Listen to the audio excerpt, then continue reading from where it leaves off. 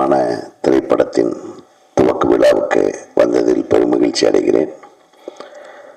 எங்களுக்கு எதுவும் தெரியாதுன்னு சொல்லிட்டு போக முடியாது. எங்களுக்கு எல்லாம் தெரியும், இருந்தாலும் தெரியாதுன்னு சொல்லுவார் டைரக்டர். ஒரு வித்தியாசமான நாள் தான்.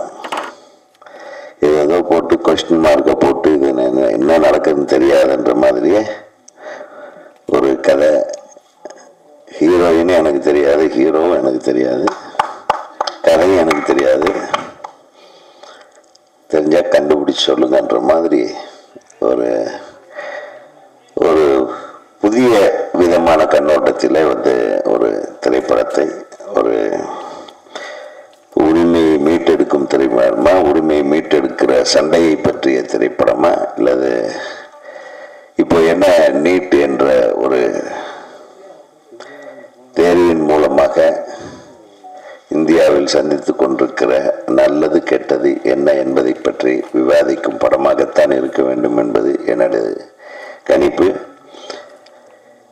நீட் சில பேருக்கு நல்லது என்கிறார்கள், சில பேர் வேண்டாம் என்கிறார்கள். இது ஒரு மிகப்பெரிய சப்ஜெக்ட் தான். உச்ச நீதிமன்றமே நீட் விஷயத்தில் தலையிடக்கூடாது, அது எஜுகேஷன், சிஸ்டம் ஆஃப் எஜுகேஷன் அப்படின்னெல்லாம் சொல்லிடுச்சு. அது வேற விஷயம். தம்பி என்ன சொல்ல போறாருன்னு எனக்கும் தெரியாது. அந்த நியாயத்தை அந்த இது எனக்கு தெரியாது. ஆனால் இந்த தம்பி என்ன சொல்ல போறாருன்றது மட்டும் தெரியுது. அவர் என்ன சொல்ல போறாருன்றதை சிறப்பாக சொல்ல எனது மனமார்ந்த வாழ்த்துக்களை நான் தெரிவித்துக் கொள்கிறேன். ஒளிப்பதிவாளராகட்டும், நமது மலேசியாவிலிருந்து வந்திருக்கும் இசையமைப்பாளர் திரு இளவரசு அவர்கள், அவரை மலேசியாவிலிருந்து இங்கு வந்து இசையமைக்க அழைத்து வந்தது ஒரு நல்ல விஷயம். மலேசியா தமிழர்கள் இசையை நிறைய விரும்புவாங்க. நம்ம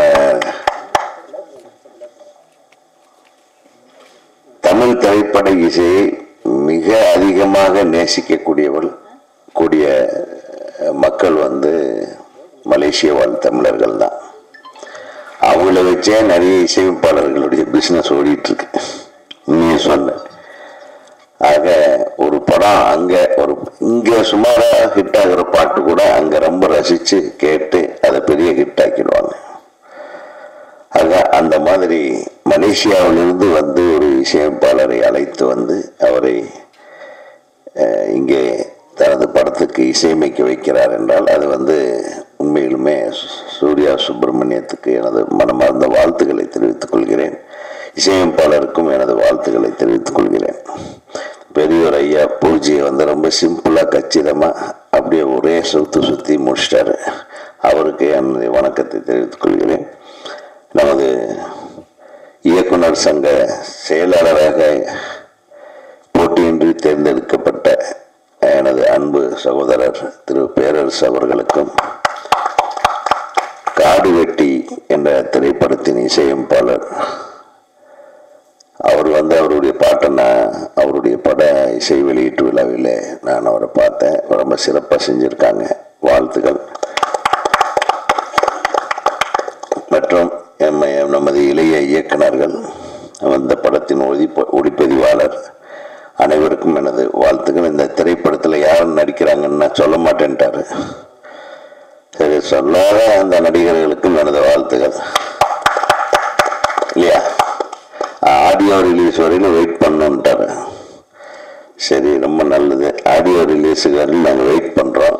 நீங்கள் ஒரு நல்ல பார்வைகளை எல்லாம் கொடுத்து இந்த திரைப்படத்தை மிகச்சிறந்த முறையிலே இயக்கி இது அரசாங்கத்துக்கு எதிரான கருத்துக்களை முன்வைத்து விடாமல், மத்திய அரசு என்ன சொல்கிறது, மாநில அரசுல அல்லது நீட்டை எதிர்க்கிறவர்கள் என்ன சொல்கிறார்கள் என்ற கருத்தை நீ பதிவு செய்தால் மட்டுமே போதுமானது.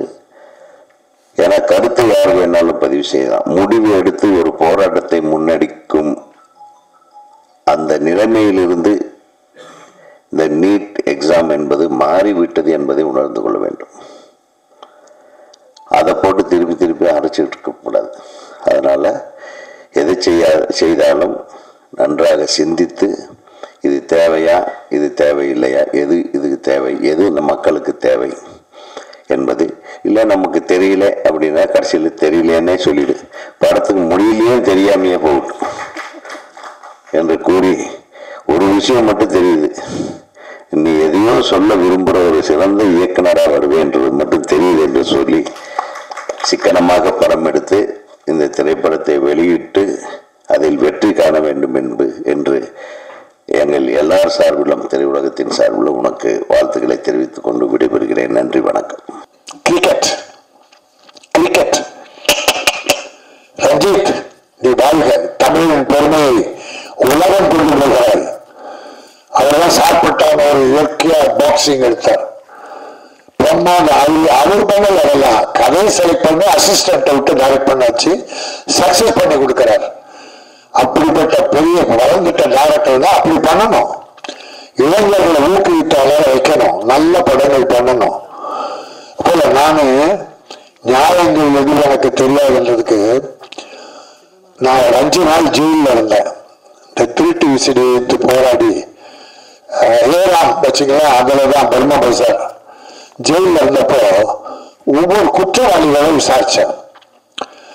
சார், தவறே பண்ணாத பல பேர் ஜெயிலில் இருக்காங்க. அவங்க ஜாமீன்ல இருக்க வெளியே வர காசு இல்லாத வேலைகள்.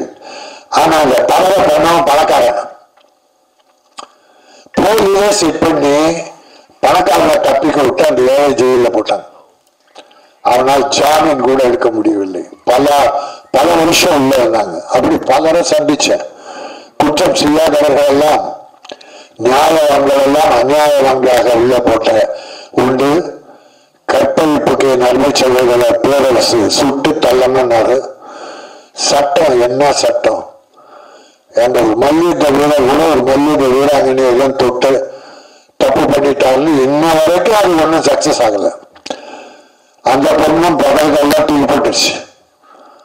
எல்லா இடத்துலயும் இருக்கு. இங்க இதுல எல்லா நாடு பூரா இல்லைன்னா அந்த அக்கிரமங்கள் பெருகி போயிட்டு அதை எடுத்து சொல்லுகிற நியாயம் எதுவும் எங்களுக்கு தெரியாது. தெரிஞ்சுக்கணும். நல்ல பாதையில் இதை கொண்டு சென்று நீ வெற்றி பெற வேண்டும். என்னுடைய வாழ்த்துக்கள். நன்றி, வணக்கம்.